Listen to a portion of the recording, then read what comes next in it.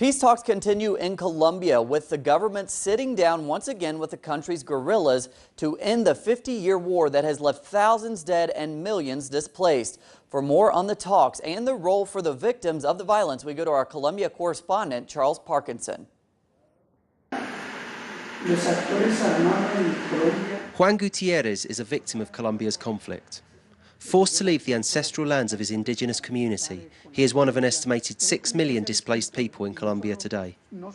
As a community leader, he was told to leave the region where he grew up or face the consequences. And 12 years later, he is still unwilling to show his face on camera or use his real name for fear of reprisals. For Juan, it is hard looking back on how armed groups destroyed the tranquility his community once enjoyed.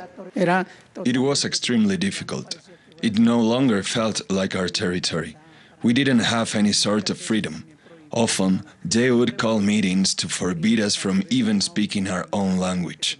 We had to speak Spanish because they always wanted to know what we were doing. Stories like Juan's will soon be heard in Havana, where peace talks resumed on August 12th between the Colombian government and Revolutionary Armed Forces of Colombia. It is among impoverished rural and indigenous communities that many of the country's victims originate, in lands where guerrillas have battled state security forces and paramilitaries.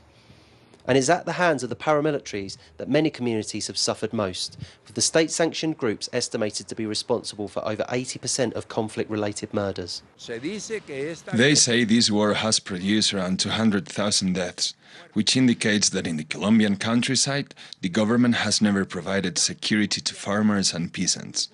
In reality, a time came in which the rural poor had to arm themselves in self-defense. To defend themselves against who? To defend themselves against the government. It's a contentious issue, with both sides at the talks still involved today in abuses against civil society. Adequately addressing the plight of so many victims generated through decades of conflict is no easy task, but both sides at the negotiating table know that without doing so, there will be no peace. This is Charles Parkinson for Telesur English in Bogotá, Colombia. Thanks again to Charles.